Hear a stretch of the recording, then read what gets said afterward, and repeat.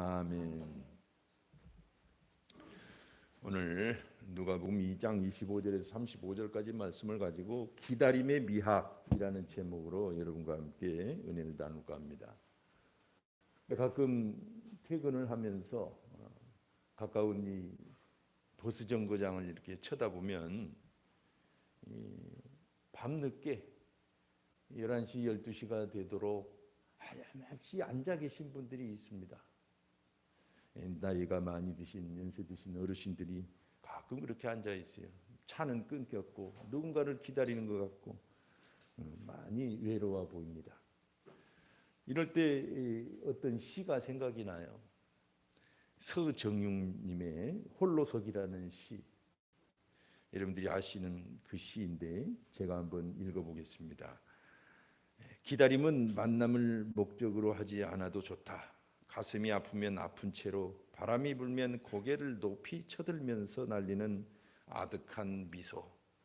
어디엔가 있을 나의 한쪽을 위해 헤매이던 숱한 방황의 날들, 태어나면서 이미 누군가가 정해졌었다면 이제는 그를 만나고 싶다.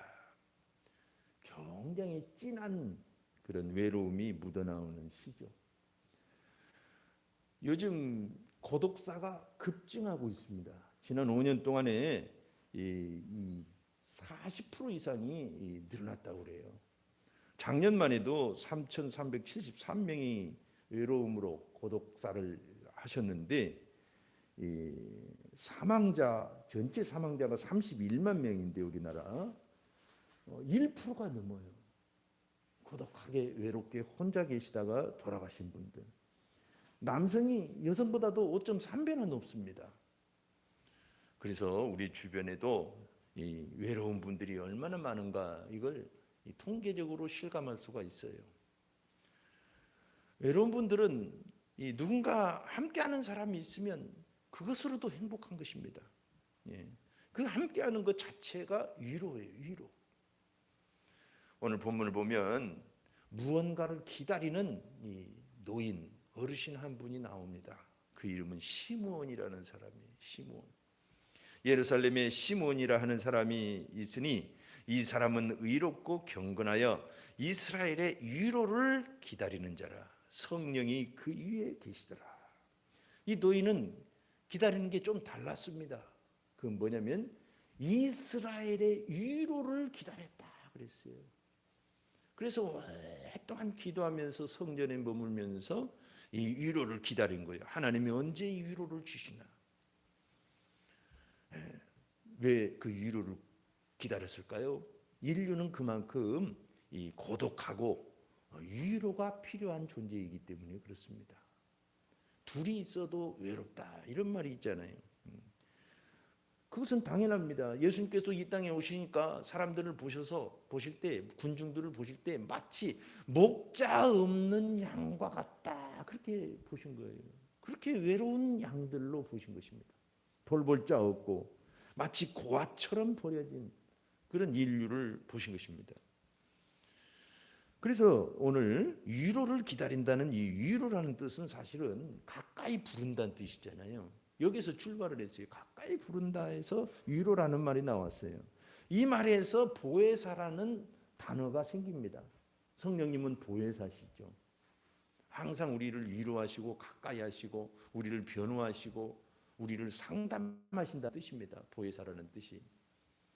근데 성탄절이 바로 그런 날입니다.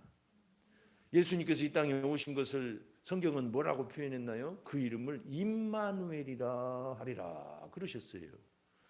성탄절은 여러 의미가 있지만 그 중에 하나가 임마누엘이라는 것입니다. 임마누엘은 무슨 뜻입니까? 하나님이 우리와 함께 하심이니라 이런 뜻이에요. 그래서 성탄절은 하나님이 우리와 함께 하시기 위하여 외롭고 고독한 인류를 구원하시고 함께 하시기 위하여 그 아들을 보내신 그 날입니다. 그래서 성탄절은 어떻게 보면 위로의 날입니다. 위로의 날. 할렐루야. 그러나 위로라는 것은 간절히 기다리는 자에게 오는 것입니다. 막연하게 하염없이 기다리는 자가 아니라 간절히 기다리는 자에게 진정한 위로가 와요. 그 부조리극 중에 하염없이 기다리는 연극 하나가 있습니다. 그건 그 시작도 끝도 애매하고 처음에 그게 발표됐을 때는 모두들 이게 무슨 극이냐 욕하고 그랬는데 결국 그 작품 때문에 노벨상을 받은 그런 연극이 하나의 희극이 있는데 연극이 있는데 고도를 기다리며라는 연극입니다. 샤뮤엘 베케트가 지었죠. 그 나중에 주인공들이 고도를 계속 기다려요. 고도. 근데 얼굴이 나타나지 않아요. 나중에 기자들이 물었습니다. 이 작자에게, 샤뮤엘 베케트에게 고도가 누굽니까? 근데 이 사람조차도 나도 모릅니다. 그런 거예요. 정말 이 극을 한번 여러분들이 보시거나 읽으시면 좀 어렵긴 해도 하염없이 기다리는 막연한 인류의 그 애잔한 그 외로움과 고독과 정말 무기력함이 그렇게 배어 있는 걸 봅니다. 여기에는 희망이나 확신이나 그런 것으로 인해서 기다리는 게 아니에요. 그냥 의욕도 없고 간절함도 없고 아무것도 없는 그냥 막연한 기다림을 그렇게 표현을 한 극입니다. 그런데 성경은 간절히 기다리는 자에게 위로가 임한다고 말씀하십니다. 이게 중요한 거예요. 세상은 어떻게 하든지 외롭고 힘들지라도 우리는 간절함을 우리 마음에서 불러 일으켜 내야 됩니다. 오늘 26절에 보니까 그가 그리스도를 보기 전에는 죽지 아니하리라 하는 성령의 지시를 받았더니 하고 예수님을 만나죠. 근데 이 노인은 어떻게 이스라엘을 위로를 기다렸습니까? 이스라엘의 위로를. 이 기다리라는 단어가 이 자체가 그냥 막연한 뜻이 아닙니다. 간절한 마음을 갖고 믿음을 갖고 이 받아들일 준비를 한 상태를 뜻하는 거예요. 그러니까 이 시몬이 하나님의 위로를 기다린 것은 간절한 기다림이었다는 것을 알 수가 있어요. 날마다 기도하면서 정거장 얘기가 나왔으니까 재미있는 얘기가 있습니다. 어떤 시골 정거장에 시골에는 이 버스가 그렇게 많지 않잖아요. 하루에 2번 오는 데도 있고 1번 오는 데도 있고 서너 번 오는 데도 있고 어떤 시골 정거장에 이 할머니가 버스를 기다립니다. 학수고대하며 목을 이렇게 빼고 기다려요. 근데 그 옆에 외국인이 한 분 있었어요. 여행 중에. 드디어 저 멀리서 먼지를 일으키면서 버스가 옵니다. 그러니까 이 할머니가 경상도 할머니였던 분이 왔데이 그랬어요. 그러니까 이 외국인이 옆에 있다가 왔데이? 무슨 요일이냐고. 이 할머니가 영어를 하시는구나. 그래서 먼데이 그랬어요. 그랬더니 할머니가 뭐냐고 묻는 줄 알고 먼데이 그런 줄 알고 버스데이 그랬어요. 그랬더니 이 외국인이 할머니가 생일인가 보다 생신인가 보다 하고는 해피 버스데이 투 유 그랬다는 재밌는 얘기가 있습니다. 하여튼 막연히 기다린 게 아니라 정말 간절하게 기다리죠. 버스를 기다리든. 오늘 시편 130편 6절을 보면 이와 같이 간절하게 기다리는 한 구절이 있어요. 파수꾼이 아침을 기다림보다 내 영혼이 주를 더 기다리나니 참으로 파수꾼이 아침을 기다림보다 더하도다. 이 파수꾼이 아침 기다리는 건 말이죠. 얼마나 간절한지 몰라요. 제가 교도소에서 근무할 때 이 감시대에서 그게 그야말로 파수대죠. 이 새벽 4시, 6시 조에 딱 걸리면 그때가 좀 괜찮은 시간입니다. 왜냐하면 2시, 4시 조에 걸리면 자다가 가서 근무하고 다시 와서 자야 되거든요. 근데 그때는 마지막 조는 참 좋아요. 대신 추워요. 해 뜨기 직전이라. 그래서 간절히 아침이 되기를 기다립니다. 그때 이 시가 딱 생각이 나더라고요. 하나님을 기다릴 때 우리가 간절하게 아침을 파수꾼이 기다리는 것처럼 그렇게 하나님을 기다리라는 것입니다. 여러분 우리는 무엇을 기다리나요? 세상에 어떤 것을 기다릴 수도 있어요. 근데 우리는 하나님의 위로를 기다려야 돼요. 그리고 하나님의 위로를 간절히 기다려야 됩니다. 그게 중요해요. 2002년도에 월드컵 때 꿈은 이루어진다고 우리는 크게 외쳤어요. 근데 꿈은 다 이루어지는 게 아닙니다. 간절한 꿈이 이루어져요. 이게 대단히 중요해요. 간절한 꿈. 어떤 꿈? 간절한 꿈이 이루어져요. 그래서 마태복음 5장에 보면 의에 줄이고 목마른 자는 복이 있나니 그랬어요. 하나님의 의와 도움과 하나님의 어떤 은혜와 거룩함과 그것에 막 목마르듯이 기다리고 갈망하는 자에게 복이 임한다, 이런 뜻입니다. 요즘 말로 절박한 사람, 그런 것이죠. 성경에 보면 많은 믿음의 승리자들이 있었습니다. 한결같이 하나님을 간절히 찾은 사람들이에요. 우리가 보면 삭개오라는 사람이 유명하죠. 그도 예수님을 간절히 보고자 했어요. 수레보니게 여인 있죠. 이방인 여인인데 어떻게 예수님의 은혜를 입었습니까? 간절한 마음 때문에 그 은혜를 입었어요.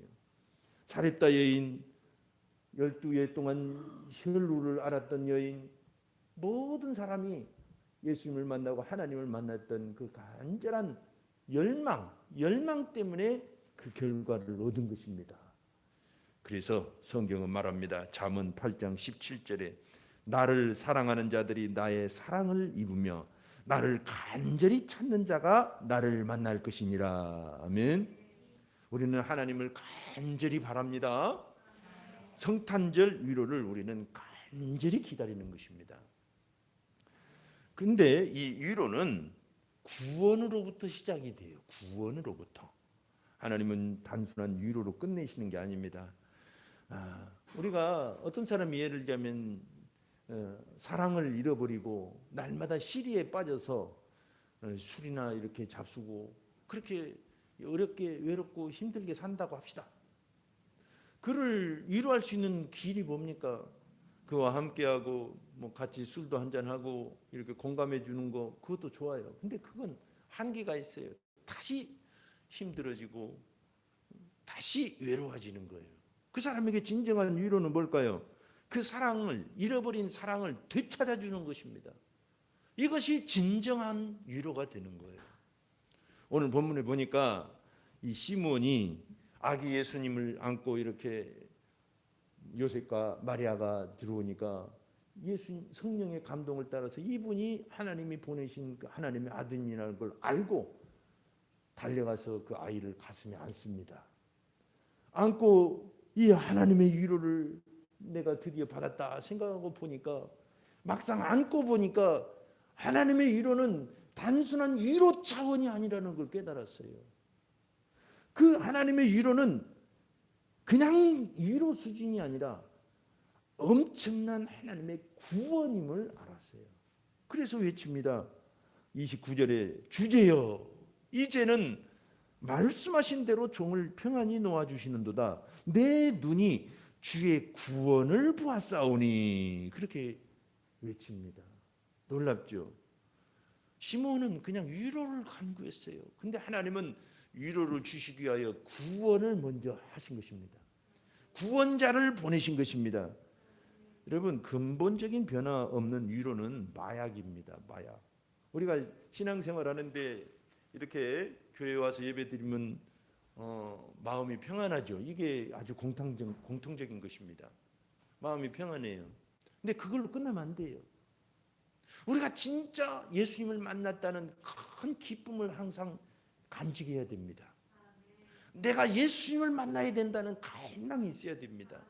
그래야 근본적으로 해결이 되는 겁니다. 그렇지 않으면 종교가, 신앙이 자칫하면 그냥 이렇게 하나의 취미가 될 수밖에 없어요. 우리는 취미를 위해서 예수 믿는 거 아니지 않습니까? 그죠? 예수님만이 참된 위로를 주시고 예수님만이 참된 구원이심을 알기 때문에 우리가 예배하면서 주를 따르는 것입니다. 그래서 우리가 하나님께 나와서 토설하고 통곡하며 하나님께 부르짖을 때 거기서 끝나면 안 됩니다. 거기서 잠시 위로받고 그걸로 끝나면 안 돼요. 항상 구원하신 예수님을 간절히 사모하고 그분을 믿음으로 만나야 됩니다. 믿음으로 만나는 것입니다. 마음속에 나와 함께 하셨다는 확신을 가지고 일어서는 것입니다. 그래서 구원 없는 위로는 없는 것보다는 나아요. 그래도 친구들이 이렇게 힘들어하고 위로해 줘야 돼요. 그러나 더 근본적인 위로는 뭐다? 그를 예수님을 만나게 해 주는 것입니다. 도와줘야 되는 것입니다. 그래서 구원이 위로의 시작입니다. 예수님의 사역을 보면 놀라운 것들이 나타나요. 그 중에 하나가 어느 날 길을 가시는데 상여를 만난 것입니다. 길 가는 상여를 만났어요. 보니까 어떤 과부예요. 과부. 그리고 죽은 자는 그의 외아들입니다. 독자였어요. 얼마나 정말 하늘이 무너지는 슬픔이었겠어요.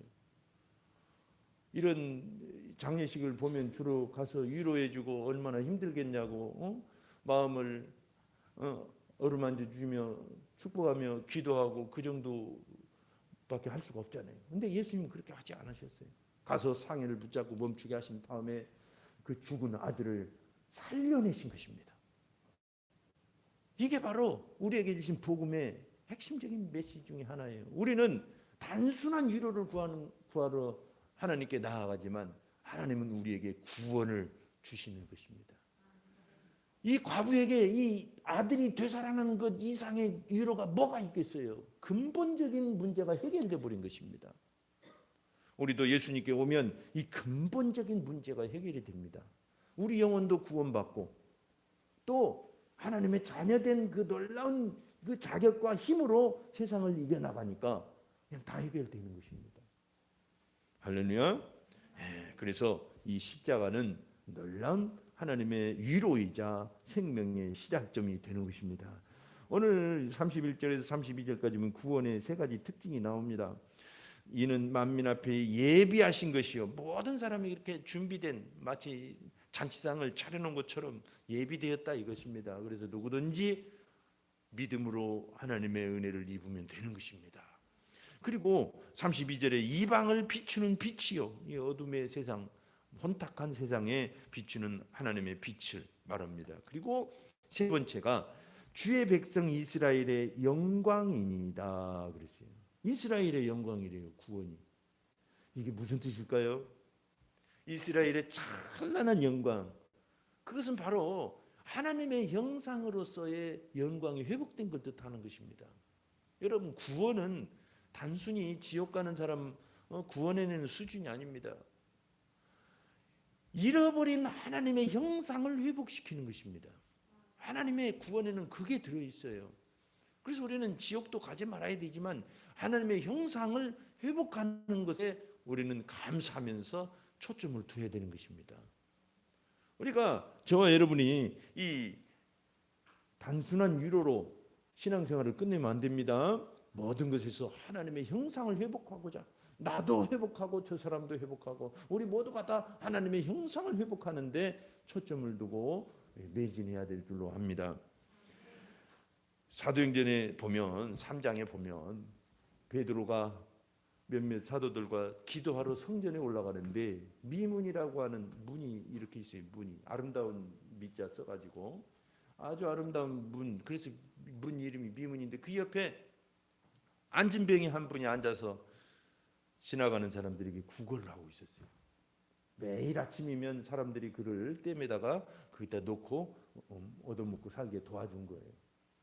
근데 그날도 베드로가 기도하러 올라가는데 혹시나 이분이 동전 한 입 줄까 하고 쳐다보고 있었어요. 그 사람에게 지금 필요한 건 동전이었어요. 그냥 단지 동전 한 입 주고 지나가도 감지덕지하고 감사할 일이었어요. 근데 베드로가 뭐라고 그에게 외칩니까? 3장 6절에 베드로가 이르되 은과 금은 내게 없거니와 내게 있는 것을 내게 주노니 나사렛 예수 그리스도의 이름으로 일어나 걸어라. 할렐루야. 동전 한 입 구했는데 일어나 걸으라고 한 것입니다. 그에게 필요한 건 동전 한 입이 아니었습니다. 그에게 진정하게 필요한 건 동전 한두 입, 한 주머니 쥐어진들 평생 뭐 하겠습니까? 다시 외로워지고 힘들어지고 그런 삶이 되지 않겠어요? 그를 일으킨 것만이 근본적으로 해결이 되는 것이었죠. 마찬가지입니다. 예수 안에서 우리는 하나님의 형상으로 거뜬하게 아주 씩씩하게 일어나야 될 줄로 믿습니다. 이것이 진정한 구원이에요. 그래서 예레미야가 3장 26절 보니까 사람이 여호와의 구원을 바라고 잠잠히 기다림이 좋도다 그랬어요. 이게 진정한 위로입니다. 구원이 이 진정한 위로예요. 그렇다고 해서 다른 사람 공감하지 말라는 거 절대 아닙니다. 위로의 진정한 핵심은 구원에 있다는 걸 아시고 우리가 누군가를 위로하기도 하고 내가 하나님께 나아가는 것입니다. 이와 같이 위로는 간절히 기다리는 자에게 오는 것이고 하나님께 위로를 구하지만 우리는 하나님의 구원까지도 하나님은 먼저 주시길 원하시고 이게 시작이라는 걸 가르쳐 주시는 것입니다. 그런데 끝으로 이제 이 우리가 기다렸던 이 위로는 결국은 마음의 수술로 열매를 맺는 것입니다. 마음의 수술이 있어야 돼. 마음의 수술. 여러분 우리 예수 믿고 구원받는 것을 마치 물에 빠진 사람을 구조하는 것과 많이 비교를 하잖아요. 저 등산하는데 조난을 당했습니다. 혼자는 도저히 헤어나올 수가 없습니다. 그러면 누가 구조대가 가야 돼요. 물에 빠진 사람은 구조대가 가야 돼요. 이와 마찬가지로 우리의 영혼을 구원할 자는 아무도 없습니다. 우리 스스로도 구원하지 못해요. 살아나려고 막 발버둥을 치면 이건 늪과 같아서 더 빠져버리는 것입니다. 이때 물에 빠지지 않고 쉽게 말해서 죄가 없으시고 이 땅에 오신 예수 그리스도만이 우리를 구원하실 수 있는 유일한 분이에요. 함께 물에 빠진 사람은 서로 죽어가는 그때 누가 누구를 위로하고 누가 누구를 구원해요. 그죠? 오직 예수님만이 우리를 구원하십니다. 근데 이 구조대가 와서 구원합니다. 예수님 마치 구조대장과 같습니다. 와서 구원하고 이제 딱 구원해 놓으면 이제 그냥 그 즉시 됐으니까 귀가시킵니까? 아니잖아요. 구조되면 물에 빠진 사람을 구조하든 산악에서 조난당한 사람을 구조하든 먼저 건강검진을 합니다. 그리고 필요하면 약도 주고 치료를 합니다. 더 필요하면 수술도 하는 것입니다. 그래서 온전히 회복되도록 도와주는 것입니다. 그래야 진짜 구조죠. 그죠? 진짜 거기까지 가야 열매 있는 구조가 되는 것입니다. 오늘 또 본문에 보면 이상한 본문이 나와요. 갑자기 이 좋은 날 예수님을 보고 나서 마리아에게 마치 초치는 말처럼 들려지는 한마디가 있습니다. 34절에서 35절까지 보니까 이렇게 말씀합니다. 시몬이 그들에게 축복하고 그의 어머니 마리아에게 말하여 이르되 보라 이는 이스라엘 중 많은 사람을 패하거나 흥하게 하며 비방을 받는 표정이 되기 위하여 세움을 받았고 왜 비방을 받아요? 영광을 받으시면 좋지. 그죠? 근데 그냥 꼭 초치는 말을 하는 거예요. 막 태어나서 결례받으러 오신 예수님을 이렇게 말해요. 그리고 35절에 또 칼이 내 마음을 찌르듯 하리니 이는 여러 사람의 마음의 생각을 드러내려 함이니라 하더라. 왜 이런 말을 했을까요? 그것은 십자가는 힘든 것이라는 것입니다. 예수님은 이 땅에 영광을 받으러 오신 분이 아니라 고난을 받으러 오신 분이에요. 그리고 성령님은 영광을 받으러 오시는 분입니다. 아시겠죠? 참고로 어쨌든 예수님이 오셔서 십자가를 지신다는 예언적인 말입니다. 십자가는 힘들고 어렵다는 거예요. 우리가 예수님의 뒤를 따르려면 자기 십자가를 지라고 합니다. 근데 왜 십자가가 힘들다고 합니까? 바로 이 마음 수술 때문에 힘든 겁니다.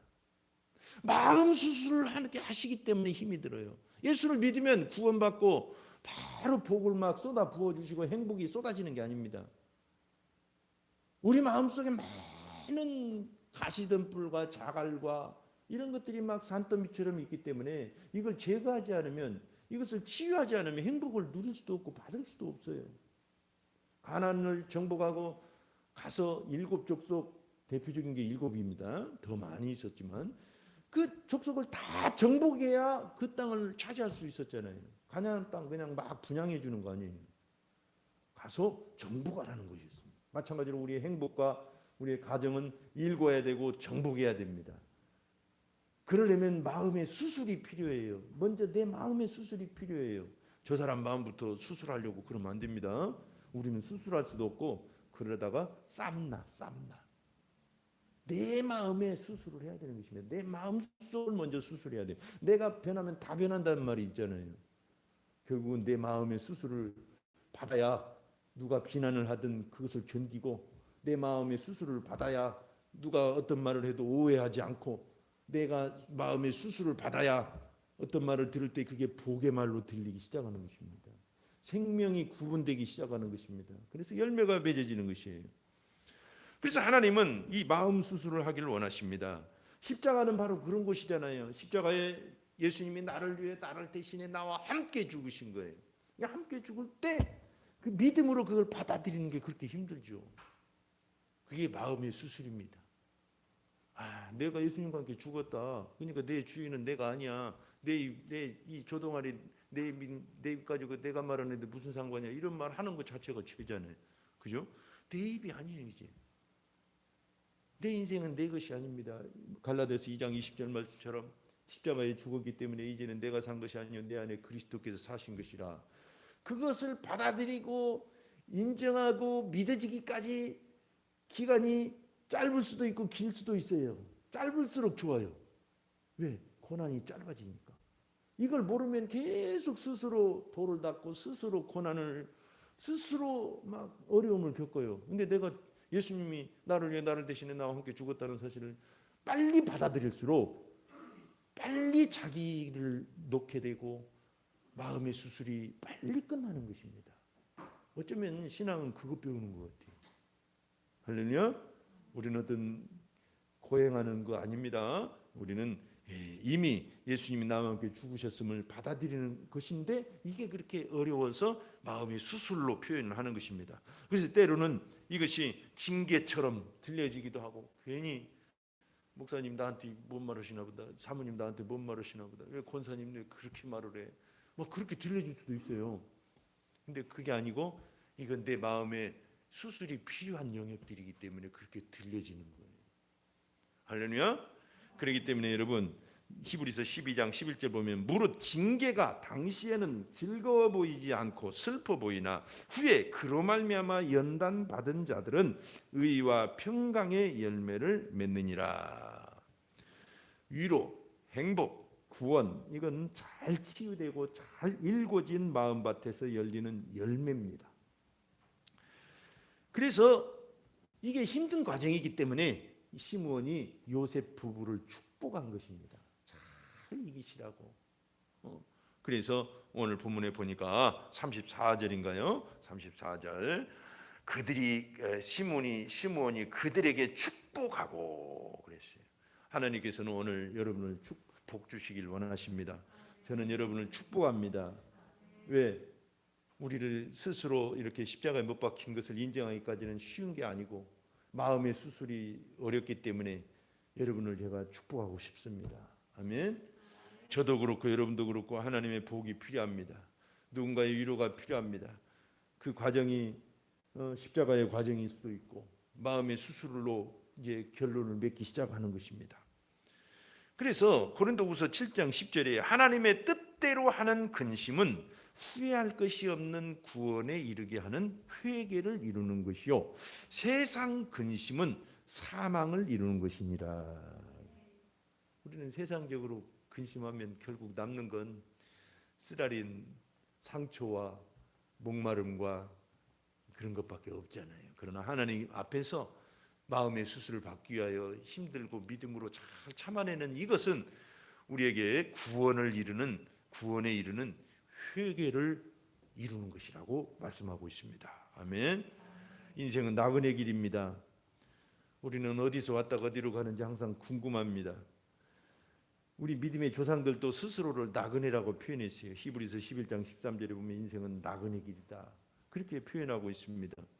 그래서 이 땅은 잠시 쉬었다가는 정거장과 같아요. 언젠가 하나님의 버스가 오면은 그 버스를 타고 미련 없이 떠나야 됩니다. 이 정거장에 머무는 동안에 우리는 하나님의 위로를 간절히 기다리는 것입니다. 그리고 하나님을 만나고 예수 그리스도를 통해서 아버지를 만나고 구원의 확신과 구원이 근본적인 해결책임을 마음속으로 믿고 살아가야 되는 것입니다. 그러려면 이제 결국은 마음의 수술도 필요하고 그러나 이 모든 과정을 잘 이겨나갑시다. 아멘. 이 모든 것을 잘 견디는 자는 주께서 의에 평강한 열매를 맺게 해 주실 것입니다. 이 시간 합심해서 한번 기도합니다. 오늘 시므온은 막연하고 하염없는 기다림이 아니라 간절한 마음으로 주의 위로를 기다렸습니다. 그랬더니 위로가 아니라 구원을 주셨습니다. 위로를 넘어서서 위로를 압도하고도 남는, 위로를 충분히 보상하는, 그리고 세상을 이기게 하는 하나님의 구원을 주셨습니다. 우리는 이 믿음을 마음속에 새깁니다. 주님은 오늘 또 우리 가운데 오셔서 잔잔한 위로도 우리가 받길 원하지만 사실은 우리가 근본적으로 하나님의 형상이 회복되기를 원하십니다. 그러려면 때로는 마음의 수술이 필요합니다. 그것이 힘들 때도 있어요. 그러나 쉽게 끝내는 방법은 갈라디아서 2장 20절 말씀처럼 예수님이 나를 위해 나를 대신해 나와 함께 죽었다는 사실을 얼른 받아들이는 것입니다. 그러면 빨리 수술이 끝나요. 이 시간 한번 기도합시다. 기도합니다. 하나님 아버지여 감사합니다. 오늘 기다림에 대해서 말씀